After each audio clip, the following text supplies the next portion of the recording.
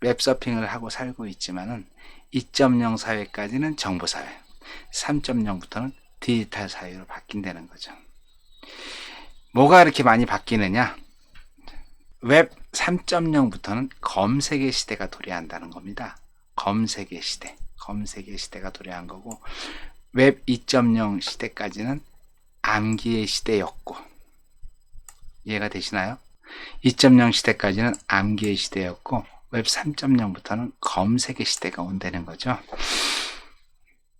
인터넷을 서핑할 수 있지만은, 인터넷에서 검색할 수 있지만은, 실제 검색을 하기 위해서는 내 데스크탑이나 노트북이 있는 자리까지 가야 하지만은, 웹 3.0 시대에서는 주머니에 있는 슈퍼컴퓨터인 스마트폰을 통해서 화장실에서건, 내가 버스 안에서건, 친구들과 운동하는 도중이건 언제든지 필요한 정보를 검색할 수 있는 디지털 사회, 검색의 시대가 열린 거죠.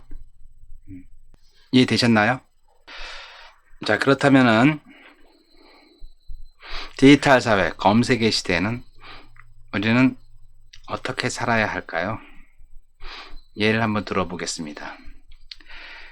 누가 저한테 백두산의 높이는? 하고 물어보면은 과거에는 어떻게 대답을 하는 게 교수였다?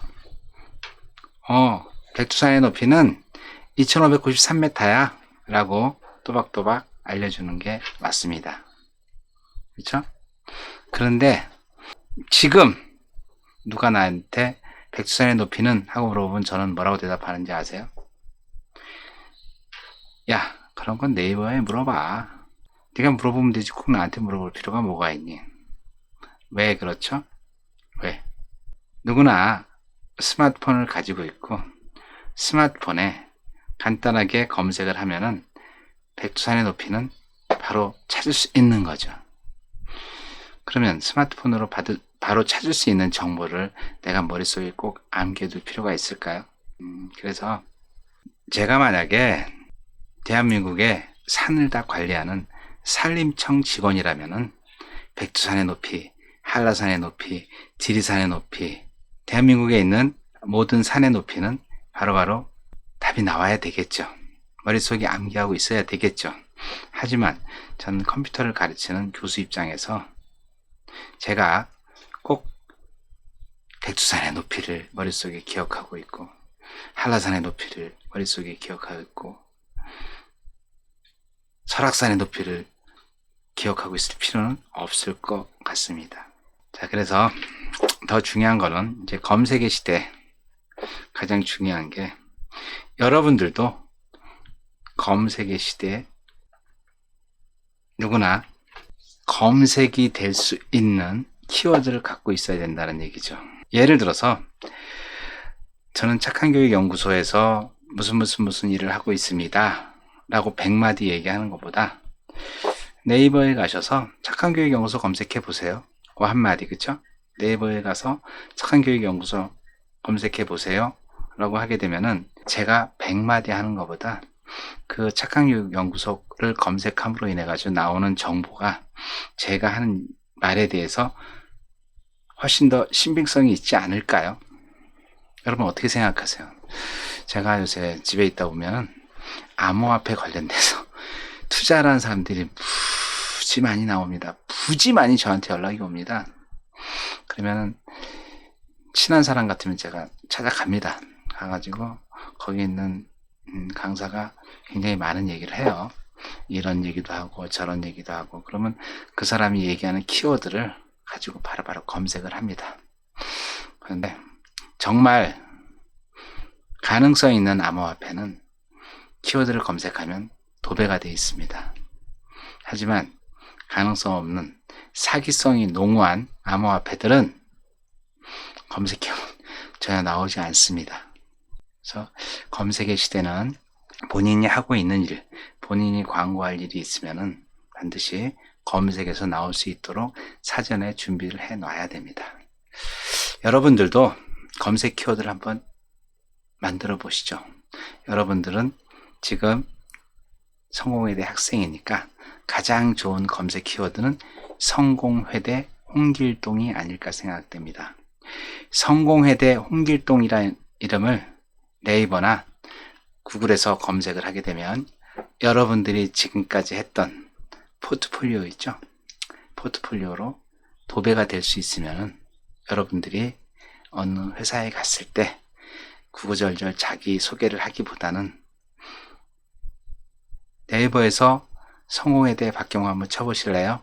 라고 얘기하는 게 훨씬 더 그 사람들한테 여러분들에 대한 믿음을 주지 않을까 생각을 하게 됩니다. 그러니까 두 번째, 검색의 시대. 우리가 검색의 시대에 그러면 대부분의 사람들이 전에 얘기한 지식 검색만 생각하고 있습니다. 그런데 더 중요한 게 앱 검색입니다. 앱 검색은 뭐냐면은 제가 성당을 다니고 있는데 한 번은 신부님이 우리 교우들이 몇 명이나 오는지 카운트를 해달라고 얘기하더라고요. 그래서 네, 알겠습니다 라고 했는데 이제 제 동료가 저와 같이 성당을 다니고 있는 제 교우가 바로 A4 용지 하나하고 볼펜을 꺼내더라고요. 그래서 성당 문 앞을 딱 지키고 있으면서 한 사람이 들어오면은 발을정자 있죠? 발을정자 가지고 아주 기가 막히게 흰 도화지에다가 한 명 들어오면 하나, 둘, 셋, 넷, 다섯, 또 들어오면 또 하나, 둘, 셋, 넷, 다섯 이렇게 열심히 적고 있더라고요. 그래서 참 안쓰럽기도 하고 답답하기도 해가지고 저는 어떻게 했다? 저는 플레이스토어에 가서 카운터라고 검색을 해봤습니다. 카운터라고. 그랬더니 카운터 관련된 앱들이 너무 좋은 앱들이 많이 나오더라고요. 그래서 그 카운터 앱을 사용해 가지고 실제 교우들이 몇 명이나 들어왔는지 카운트를 했습니다. 스마트폰 앱이 좋은 게 뭐가 있죠? 스마트폰 앱은 스크린 캡처가 가능하죠. 그렇죠? 그래서 제가 9시 30분에 카운트 캡처 한번 하고 9시 40분에 캡처 한번 하고 9시 50분에 캡처 한번 하고 10시에 캡처 한번 하고 10시 10분에 캡처 한번 하고 그 캡처한 화면을 신부님한테 카톡으로 보내드렸어요. 어떤 게 더 효율적일까요? 어떤 사람은 종이에다가 A4 용지 하나, 둘, 셋, 넷, 다섯, 여섯 발을정자를 열심히 기록을 해요. 그렇죠? 그렇게 기록한 다음에 이 종이를 신부님 만나 뵙고 신부님한테 드려요. 그렇죠? 저는 어떻게 해요? 스마트폰 가지고 딸깍 카운트를 한 다음에 그거를 시간대별로 캡처를 해서 신부님을 찾아뵙고 드리는 게 아니라 뭘로? 카카오톡을 통해서 이미지를 전송을 하는 거죠. 여러분들 같으면은 어떤 사람한테 그런 봉사를 시킬까요? 세 번째 검색이 있습니다. 세 번째 검색. 그래서 세 번째 검색은 저는 유튜브 검색이라고 합니다. 유튜브 검색. 여러분들, 유튜브는 정말 미래를 바꿔놓을 소셜 미디어를 완성하는 가장 최고의 툴인 것 같아요. 유튜브에서 광고 정책을 네이버나 다음보다 훨씬 잘 써가지고 지금 모든 사람들이 유튜브로 지금 모이고 있습니다. 여러분 아시죠? 재벌 유튜버들, 그렇죠? 자기가 가지고 있는 지식을 잘 정리해서 유튜브에 올리면은 웬만한 월급쟁이보다 훨씬 더 수익이 높습니다. 그 얘기는 뭐냐면은 다양한 컨텐츠들이 유튜브에 있다고 하는 거죠. 옛날에는 영어 공부를 하려면은 영어 학원을 다녀야 됐습니다. 인터넷 영어를 들으면 됐습니다. 하지만 지금 여러분들 영어 공부를 하고 싶으면 유튜브를 검색하십시오. 유튜브에는요, 아주 초보부터 시작해서 고급 영어까지 너무 재밌고 쉽게 배울 수 있는 다양한 컨텐츠들이 있답니다.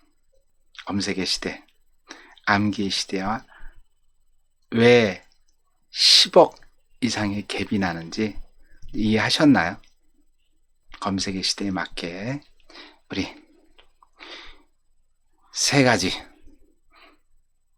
첫 번째 지식 검색, 두 번째 앱 검색, 세 번째 유튜브 검색.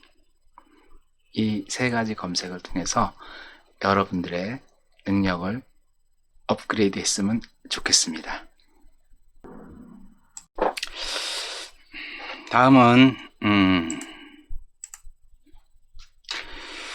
본론으로 들어가서 SNS에 대해서 같이 한번 얘기해 보겠습니다. SNS란 과연 무엇일까요? SNS, 소셜 네트워크 서비스를 SNS라고 얘기하죠. 근데 더 중요한 얘기는 이 소셜은 소셜 미디어를 얘기하는 겁니다. 미디어, 소셜 미디어. 그래서 이 소셜 미디어 네트워크 서비스가 더 명확한 표현입니다. 명확한 표현. 자, 그래서 소셜 미디어 네트워크 서비스, SNS란 무엇이다? 나 자신이 주체가 돼서 소셜 미디어를 활용해 특정한 관심이나 활동을 공유하는 사람들 사이의 관계망을 구축해주는 온라인 서비스를 뭐라고 한다? SNS라고 한다. SNS라고 한다. 중요한 건 뭐다? 소셜 미디어를 활용. 그러면은 소셜 미디어에 반대되는 말이 뭐가 있을까요? 소셜 미디어에 반대되는 말은 매스 미디어라고 합니다. 매스 미디어. 그래서 매스 미디어와 소셜 미디어의 차이점에 대해서 간단하게 설명을 드리겠습니다. 매스 미디어는 뭐냐? 신문, 잡지, 서적, 라디오, TV, 영화 등 대량 매체이죠. 대량 매체를 통해서 많은 사람들에게 정보를 전달하는 대중 매체를 매스 미디어라고 얘기를 합니다. 그래서 이 매스 미디어를 발행하기 위해서는 비용이 굉장히 많이 들어갑니다. 거대한 윤정기도 있어야 되고 인쇄해야 될 종이들도 엄청나게 많아야 되고 그 종이를 인쇄하기 위해서 들어가는 잉크 또한 우리가 상상할 수 없을 정도의 양이 필요하고 또 영상을 찍기 위해서는 작가도 필요하고 감독도 필요하고 감독도 있어야 되고 카메라도 좋은 카메라들이 막 있어야 되고 PD도 있어야 되고 편집자도 있어야 되고 더 무서운 거는 주파수를 송출할 수 있는 송출기, 주파수를 받을 수 있는 대형 안테나 등 엄청난 자본들이 필요하고 이런 거대 자본이 필요하다 보니까 그 매스미디어에 소속된 사람들은 사회적으로 지위가 굉장히 높습니다. 그래서 여러분들 MBC, SBS, KBS, 동아일보, 중앙일보 이런 데 근무한다 그러면은 괜히 기죽고 그렇죠? 괜히 좋은 데 근무합니다 라는 얘기가 자동으로 나왔습니다. 매스미디어는 엄청난 장비와 인력이 소모되는 그런 미디어를 매스미디어라고 얘기합니다. 그에 비해서 소셜 미디어는 개방, 참여, 소통이라는 세 가지 키워드로 개인의 생각이나 의견, 경험 등을 타인과 공유할 수 있도록 관계를 만들고 확장하는 온라인 플랫폼을 소셜 미디어라고 이야기합니다. 즉 윤정기, 종이, 잉크, 작가, 감독, 카메라, PD, 편집자, 주파수 송출기, 대형 안테나 이런 건 다 필요 없고 이런 것들은 다 뭐가 알아서 해줘요? 인터넷이 알아서 다 해줍니다. 인터넷이 알아서 해주고 인쇄가 아니라 내가 글을 쓰고 싶다 그러면 블로그에다가 글만 쓰면 되죠. 그죠? 그리고 내가 영상을 만들고 싶다 그러면 스마트폰 가지고 간단하게 찍어서 유튜브에 올리면 되죠. 그래서 그런 대형 장비들은 필요 없고 누구나 다 자기의 지식이나 경험들을 우리 SNS라고 하는 소프트웨어, 페이스북이 있고 인스타그램이 있고 네이버 밴드, 뭐 블로그, 유튜브 같은 것들이 있죠. 그렇죠? SNS 소프트웨어를 통해서 브로드캐스팅, 포스팅, 업로드 함으로써 서로 소통하는 걸 소셜 미디어라고 얘기합니다. 소셜 미디어. 여기 재밌는 얘기가 나왔는데 온라인 플랫폼이라고 하는 것. 온라인 플랫폼은 도대체 무엇이냐? 플랫폼이라는 말은 무엇이냐? 플랫폼에 대해서 간단하게 설명을 드려보겠습니다. 자, 플랫폼이라는 건 뭐다? 플랫폼이라는 건 우리 기차역 있죠? 기차역을 플랫폼이라고 얘기하는데 그 플랫폼에서 나온 게 바로 우리가 얘기하는 플랫폼입니다. 기차는 사실 플랫폼이 없으면은 타고 내리는 게 굉장히 어렵습니다. 버스나 택시 이거와 달리 기차는 그 승차 하차가 굉장히 어렵기 때문에 그 승차 하차를 쉽게 타고 내릴 수 있게 만든 장소로 많은 사람들이 쉽게 이용하거나 다양한 목적으로 사용할 수 있게 하는 것을 플랫폼이라고 얘기합니다. 플랫폼. 다시 말씀드리면 이게 온라인을 쉽게 사용할 수 있도록 해주는 것, 그렇죠? 온라인을 쉽게 사용할 수 해서 지식을 서로 공유할 수 있는 것을 소셜 미디어라고 얘기한다라고 생각하시면 됩니다. 자, 그래서 SNS에서 다시 한번 정리를 해보겠습니다. 정리. 자, SNS는 뭐다? 시간과 공간의 제약 없이 75억의 지구촌 사람들과 실시간으로 소통이 가능한 거대한 양방향 마이크이며 마이크일 뿐만 아니라 본인의 스펙 있죠. 스펙. 본인의 스펙이고 검증 가능한 자기소개서이며 지금까지 살아온 자신의 인생의 포트폴리오다 라고 저는 감히 말씀을 드립니다. 감히. 그래서 대부분의 사람들이 SNS는 신변 잡기, 시간 나는 사람들이 하는 거 이렇게 생각하는데 제가 볼 때는 SNS는 신변 잡기, 시간 날 때 하는 게 아니라 여러분을 광고하고 여러분을 홍보할 수 있고 여러분들의 스펙을 만들어 줄 수 있는, 여러분을 검증할 수 있는 가장 좋은 도구가 SNS가 아닌가 감히 말씀드립니다. 그래서 앞으로는 누구나 SNS를 해야 됩니다. SNS. 과거에는 기업 마케팅을 할 때 뭐 R&D 부서도 있고 생산도 있고 관리 부서도 있고 CS 부서도 있고 전산 부서도 있고 이렇게 있지만은 과거에는 영업 부서라든가 마케팅 부서라든가 홍보 부서에서 실제 그 기업의 마케팅을 담당을 했는데 지금은 SNS라는 걸 통해서 누구나 다 마케팅을 할 수 있는 그런 시대로 바뀌고 있습니다. 여러분들 한번 생각해 보자고요. 내가 TV를 통해서 본 우리 회사 제품에 대한 신뢰가 더 높을까요? 아니면은 내가 다른 친구한테 보내준 우리 회사 제품에 대한 내용을 보고 다른 친구가 우리 회사 제품에 대해서 더 신뢰를 가질까요? TV에서 나오는 광고 영상보다는 여러분들이 직접 보내준 스마트폰 영상이 여러분 회사의 상품을 소개하는데 훨씬 더 효과적일 거라고 저는 생각합니다. 그리고 더 재밌는 거는 지금 가장 첨단을 걷고 있는 ICO 있죠? ICO는 뭐냐면 암호화폐를 투자받는 겁니다. 이니셜 코인 오퍼링 그래가지고 나는 새로운 암호화폐를 만들고 싶다 라고 하게 되면 자기 자금이 없기 때문에 그 투자자들을 모집하는 걸 ICO라고 합니다. ICO. 그런데 이 ICO는 정말 좋은 ICO가 있고 사기성 ICO가 있습니다. 사기성 ICO와 좋은 ICO를 구별하는 방법 중에서 가장 중요한 게 파운더와 디벨로퍼들의 SNS를 확인하는 겁니다. 이 파운더나 디벨로퍼가 전혀 SNS를 하고 있지 않다라고 하면 거의 99% 사기입니다.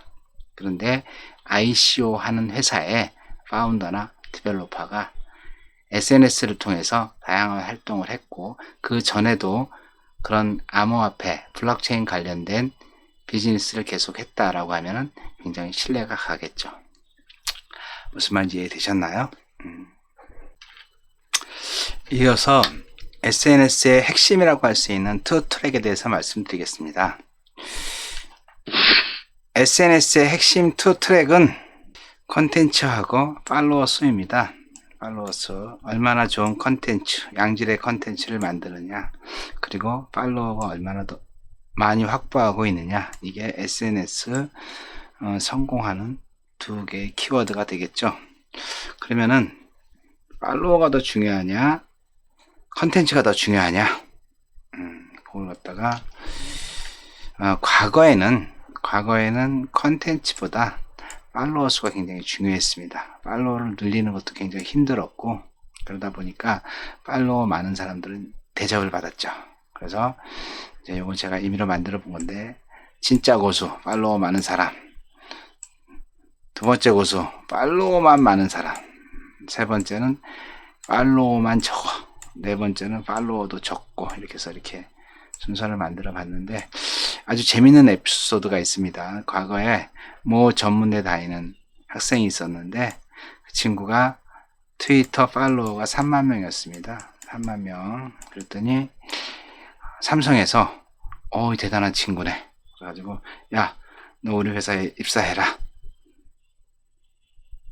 그렇게 제안을 했다고 합니다. 더 재밌는 거는 모 전문대생은 삼성에서 특채를 제안했는데도 불구하고 저 거기 안 가요. 제가 가고 싶은 회사는 따로 있어요. 그래가지고 자기가 가고 싶은 회사에 들어갔다고 합니다. 팔로워가 3만 명인 학생을 특별 채용한 삼성도 대단하지만은 전문대를 다니면서도 팔로워 SNS 시대가 온다는 것을 미리 예견하고 팔로워를 꾸준히 늘리고 삼성에서 특별 채용하겠다고 얘기해도 그런 거를 마다하고 자기가 생각하는 기업에 취업한 그 친구도 정말 멋진 친구가 아닌가 생각됩니다. 자, 그래서 지금은 팔로워보다 컨텐츠입니다. 컨텐츠. 좋은 컨텐츠를 만들면은 팔로워는 적더라도 사람들이 다 리트윗 해주기 때문에 좋은 컨텐츠를 만드는 게 훨씬 더 중요합니다.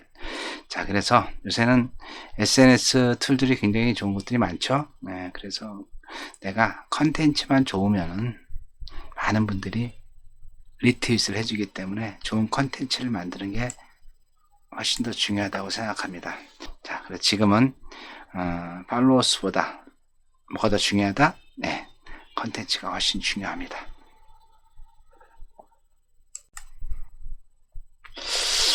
이어서 SNS 에티켓에 대해서 설명을 드리도록 하겠습니다. 에티켓 얘기하기 전에 이제는 디지털 사회이지 않습니까? 그렇죠? 디지털 사회가 왔다는 것은 결국 컴퓨터를 누구나 해야 된다는 얘기입니다. 지금 대한민국 교육의 가장 큰 문제가 뭐냐면은 정규 과목에 컴퓨터가 없습니다. 잘 아시죠? 그렇죠? 초등학교 때 방과후 학습, 중학교, 고등학교 때는 컴퓨터 앞에 앉아 있으면은 그건 정말 부모님의 눈총이 따갑죠.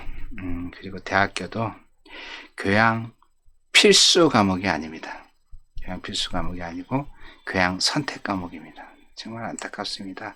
세상은 디지털 사회이고 모든 것은 컴퓨터로 운영이 되고 있는데 정규 교육 과정에서 컴퓨터가 없다는 거죠.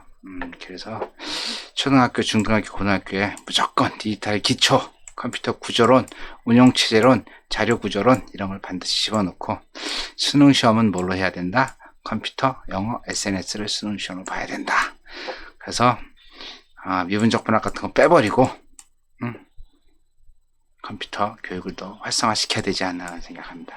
그래서 앞으로는 사회적 리더가 되기 위해서는 법조인, 종교인 이런 사람들 있잖아요. 의사, 약사, 정치인 이런 사회적 리더는 뭘 해야 된다?